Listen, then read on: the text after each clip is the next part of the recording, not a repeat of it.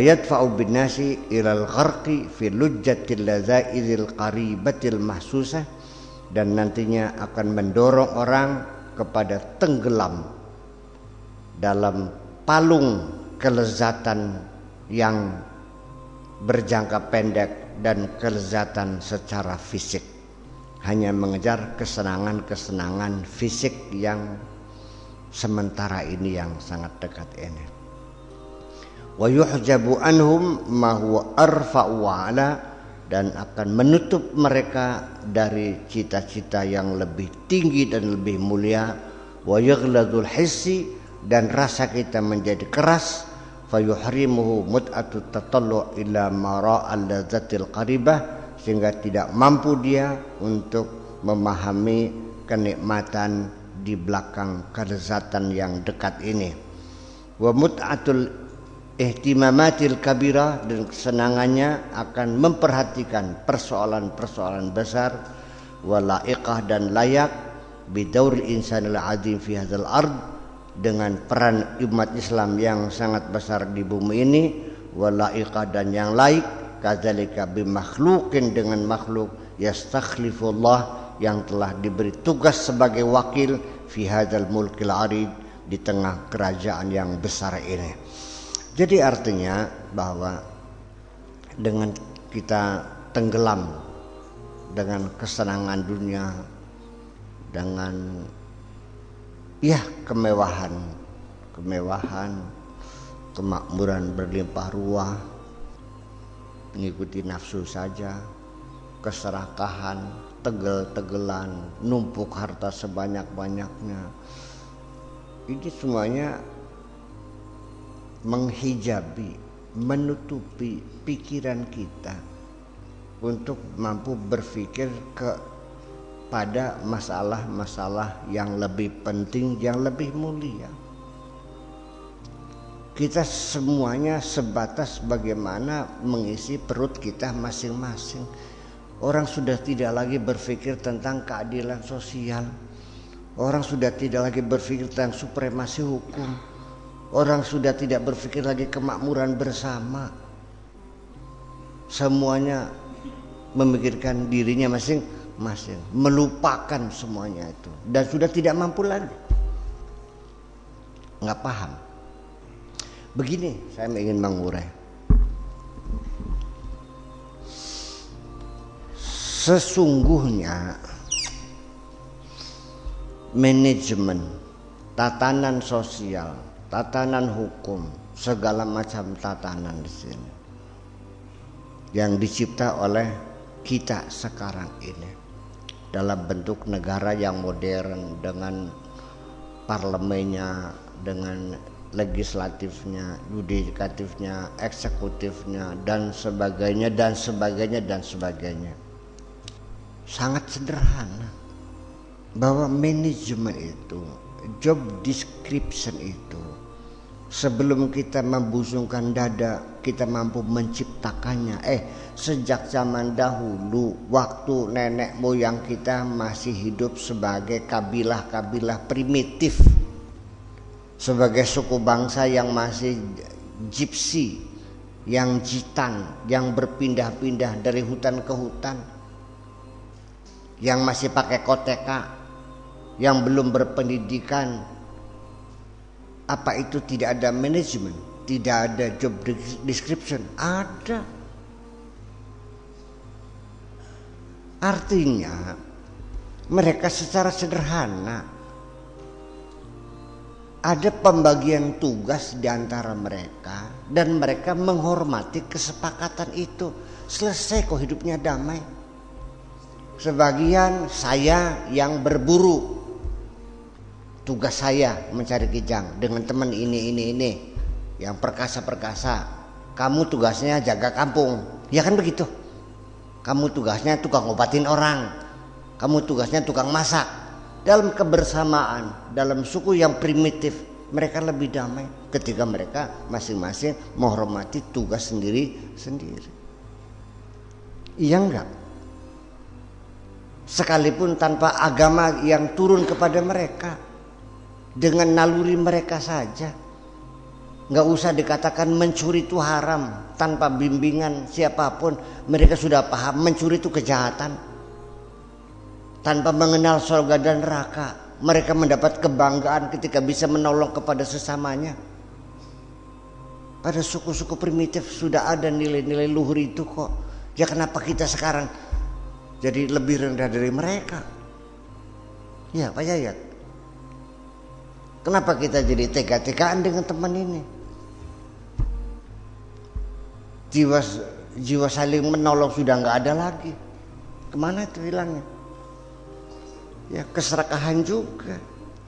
Beberapa tahun yang lalu, belum lama kok, ketika orang bikin rumah, modalnya hanya masak nasi yang banyak, sama bikin sayur lompong, sama gesek 2 kilo, sama cabe 1 kilo, bikin sambal, gesek dibakar, sama sayur lompong. Semua mereka bekerja, ada yang masang gendeng, ada yang gergaji, ada yang ngaduk, sampai jadi.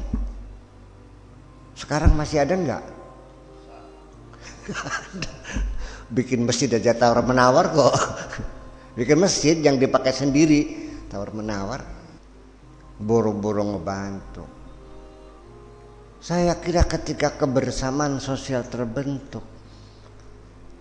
Bupati Indramayu nggak usah bikin yayasan gempur gakin membantu rumah roboh jombo yang mau rubuh.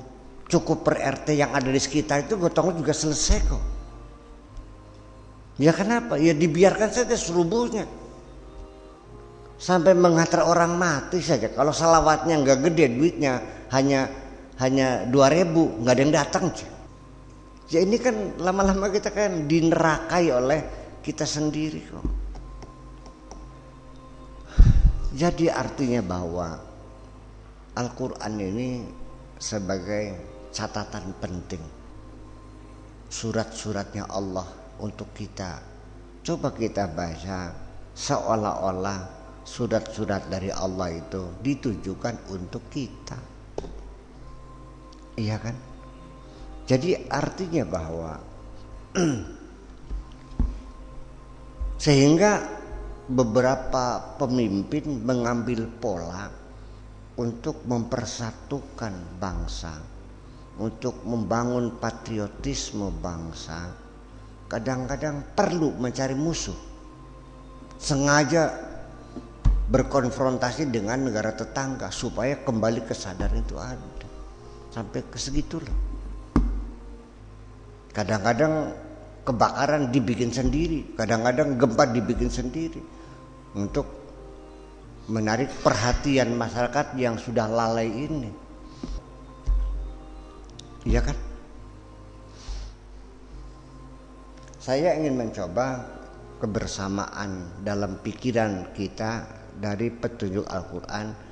Saya ingin mencoba di pondok pesantren Cadang Pinggan yang hanya beberapa orang yang tinggal di situ, sekitar ya 10-15 keluarga, membangun komunitas muslim ya yang sederhana.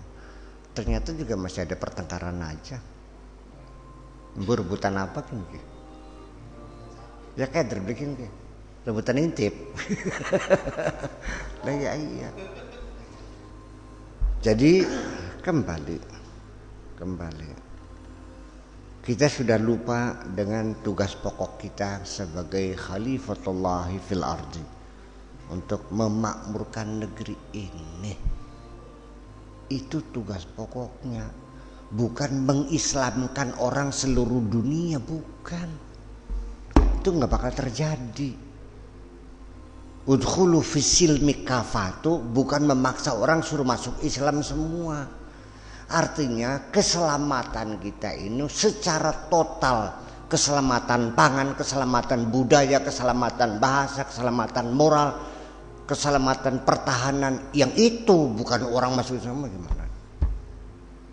Ya beli no, ya beli gitu ke kafa aja berarti kafa kabe, itu kafa kabe uang majelis Islam kan itu artinya keselamatan di segala lini kehidupan. Orang Islam tugasnya adalah memakmurkan negeri ini. Wa ma arsalnaka illa rahmatan lil alamin. Tugas kamu hanya menyebar rahmat, kedamaian, ketentraman, kebahagiaan. Untuk keyakinan ya silakan, la ikraha fiddin, gak bisa dipaksa. Nah ini kan seperti ini. Jadi akhirnya agama itu malah yang tadinya kata kunci, password agama itu adalah mempersatukan umat yang bercerai-berai. Kadang-kadang bukan antar agama berbeda, di dalam kelompok agama yang sama hanya beda pemikiran juga berantem, musuhan. Saya meyakini bahwa konsep agama Islam masih up to date, masih bisa berlaku, masih bisa diaplikasikan pada era modern ini.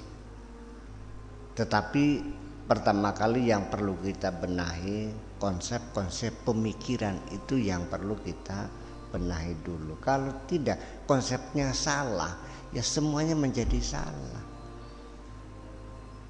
Persepsinya benar, konsepsinya salah, konklusinya ya salah, aplikasinya ya salah. Sehingga akhirnya yang disebut orang Islam yang tulen ketika yang tiap hari bermusuhan dengan sesama muslim. Sekte A bukan sekte hebat kalau tidak bermusuhan dengan sekte B. Sekte B tidak hebat kalau tidak bermusuhan dengan sekte C gitu. Dan sekarang ketika orang Islam berantem sesama Islam, dianggapnya kepahlawanan. Nah itu makanya itu semuanya adalah ada di dalam fitrah kita, dalam diri kita. Karena memang manusia punya insting, ya, yang disebut dengan insting of destruction. Kita punya insting of survive, kita insting mempertahankan hidup, tapi kita juga punya insting yang sifatnya menghancurkan.